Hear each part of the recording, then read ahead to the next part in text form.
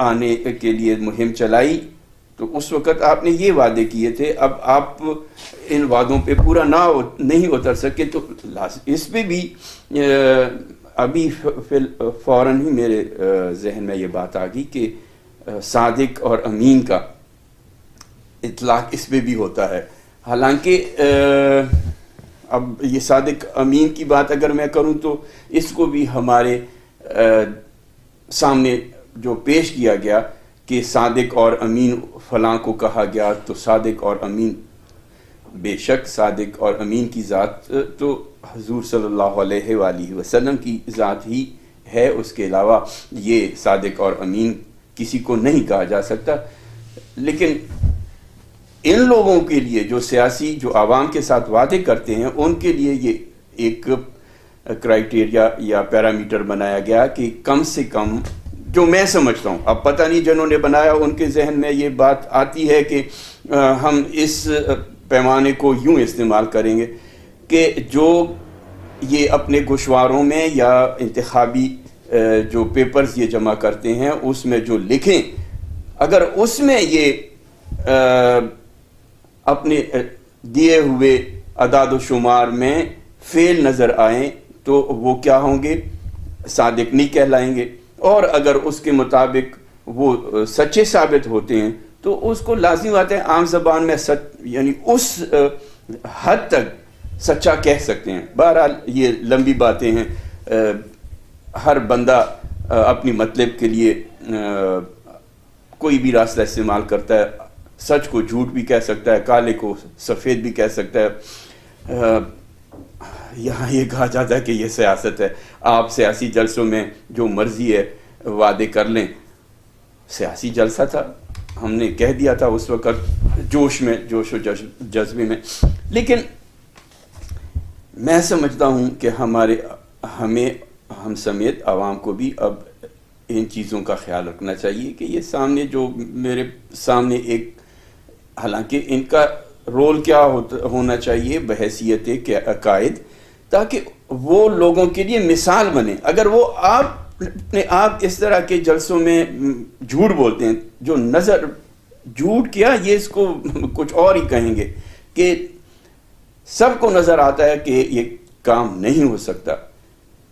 300 unit free, دوسری طرف 50 لاکھ کا وعدہ کیا تھا قاسم کے ابا جو مشہور ہو گیا اپنی، یعنی اگر یہ وعدے وہ نہ کرتا، اس طرح کے اس نے بونگیاں نہ ماری ہوتی تو وہ آج اتنا ذلیل تو نہ ہو رہا ہوتا نا. جس نے وعدے کیے کہ میں مدینہ کی ریاست کی طرز پہ پاکستان کی، تو یہ پھر لازم آتا ہے بھگتنا تو پڑتا ہے. مدینہ کی ریاست کا کوئی نام لینا بھی گوارا نہیں کر سکتا کہ اتنی بڑی وہ اتنا بڑا وہ دعویٰ کرے کہ میں اس طرح کا. بہرحال اس کی سوچ تھی، اگر اس پہ وہ عمل کرتا تو اللہ اس کی مدد بھی کرتا. لیکن چونکہ اس کے باوجود اس نے کیا نہیں کیا، کیا مثالیں نہیں اس نے پاکستانی سیاست میں یا ایز اے وزیر اعظم نہیں چھوڑی. تو بات یہ ہے، ہم پھر اس طرف آتے ہیں کہ ہمارے قائدین کو ایسے جھوٹ پر مبنی دعوے نہیں کرنے چاہیے. 300 یونٹ اگر ہم دیں گے بھی تو کیا کوئی زرداری صاحب یا زرداری صاحب کے بیٹے بلاول بھٹو زرداری یا نواز شریف صاحب کی بیٹی مریم نواز یا ان کے بھائی شہباز شریف، یہ کیا اپنی جیب سے دیں گے؟ ان کو آج کل تو بچے کو پتا ہے کہ ہم IMF کے زیر اثر ہیں. میں پھر یعنی میرا اس پہ یقین ہے کہ میں یہ سمجھتا ہوں کہ اگر ایک بندہ اس کو سمجھ نہیں آ رہا کہ میں جو کام کر رہا ہوں یا میں جس سمت میں بڑھ رہا ہوں اس طرف دلدل ہے یا کھائی ہے یا جو بھی چیز ہے، میں اس طرف بڑھ رہا ہوں تو میری موت ہے یا میری تباہی ہے. اگر کوئی بندہ اسے لاٹھی سے بھی روکے تو وہ اس لاٹھی کی بھی قدر کرے اور اس بندے کی بھی قدر کرے، کیونکہ اس نے اسے تباہی، موت سے بچایا. جہاں تک ہمارے شاہ خرچیوں کا، حکمرانوں کی شاہ خرچیوں کا سوال ہے، ہم آپ کو مفت لیپ ٹاپ دیں گے، ہم آپ کو مفت گاڑیاں دیں گے، ہم پیلی ٹیکسی دیں گے، ہم چنگچی دیں گے، ہم مکان دیں گے.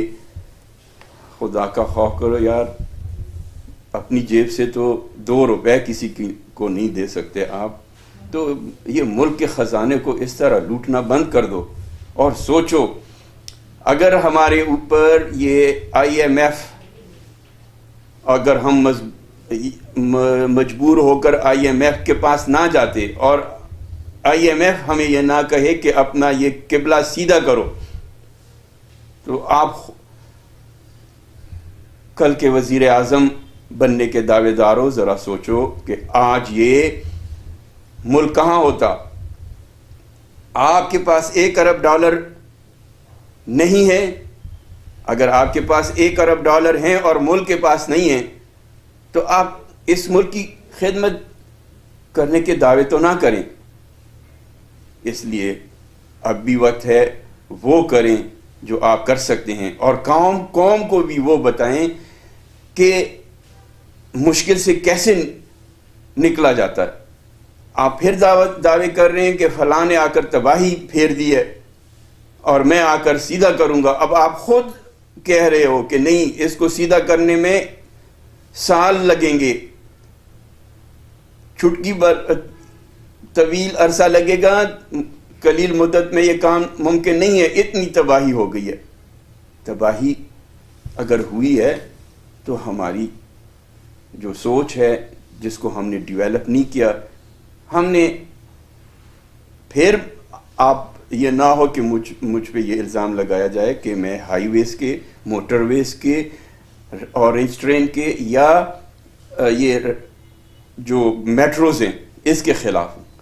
یہ تو ضرورت ہیں، یہ ہونی چاہیے، لیکن اس کے ساتھ ساتھ ہمیں یہ بھی دیکھنا چاہیے کہ اس کو چلانے کے لیے ہمیں قرضہ لینا پڑ رہا ہے یا یہ ہم اپنے وسائل سے چلا رہے ہیں. پتہ نہیں یہ ایسی مثال دینی چاہیے یا نہیں کہ ایک انسان ہے، وہ اس کی خواہش ہے کہ میں محل بنا لوں. محل بنانے کے لیے اس کے پاس وسائل نہیں ہیں. وہ اس کی معاشرے میں رکھ رکھاؤ ہے تو وہ ایک سے دوسرے سے تیسرے سے قرضہ لے کر وہ محل بنا لیتا ہے. لیکن محل بنانے کے بعد قرضہ دینے کی جب باری آئے تو وہ ہر ایک کی منت کرے، یار رول بیک کرو، یار رول بیک کرو. اب آپ کبھی یہ بھی سوچیں کہ ہم نے اس ملک، دیکھیں نواز شریف صاحب، شہباز شریف صاحب، زرداری صاحب، عمران خان، جو بھی ہیں، اب ہو سکتا ہے مجھ سے زیادہ بولا نہ جائے یا میں زیادہ فری ہو کر نہ بولوں، لیکن آپ سوچیں کہ آپ غریب ہوئے، آپ کے جو وسائل تھے اس میں کمی آئی، یا آپ تو اس طرح آپ کے وسائل میں، آپ کے سرمائے میں اضافہ ہوا. اللہ کرے آپ اسی طرح اس ملک کے سرمائے میں جس طرح اپنے خزانے بھرے ہیں، آپ کے خزانے میں کیا بات افسوس ہے کہ اگر ایک وزیر اعظم ہے ایک ملک کا، وہ بیرون ملک دوروں میں جا کے بیرون ملک کے جو سرمایہ کار ہیں ان کو کیا کرے، دعوت دے کہ پاکستان میں آ کر سرمایہ لگائیں، اور اس کے اپنے بچے پاکستان میں سرمایہ نہ لگا رہے ہوں، دوسرے ملکوں میں سرمایہ کاری کر رہے ہوں. تو یہ بھی آپ بھی سوچیں. میں تو سوچ کر سر دھونتا ہوں. اللہ حافظ.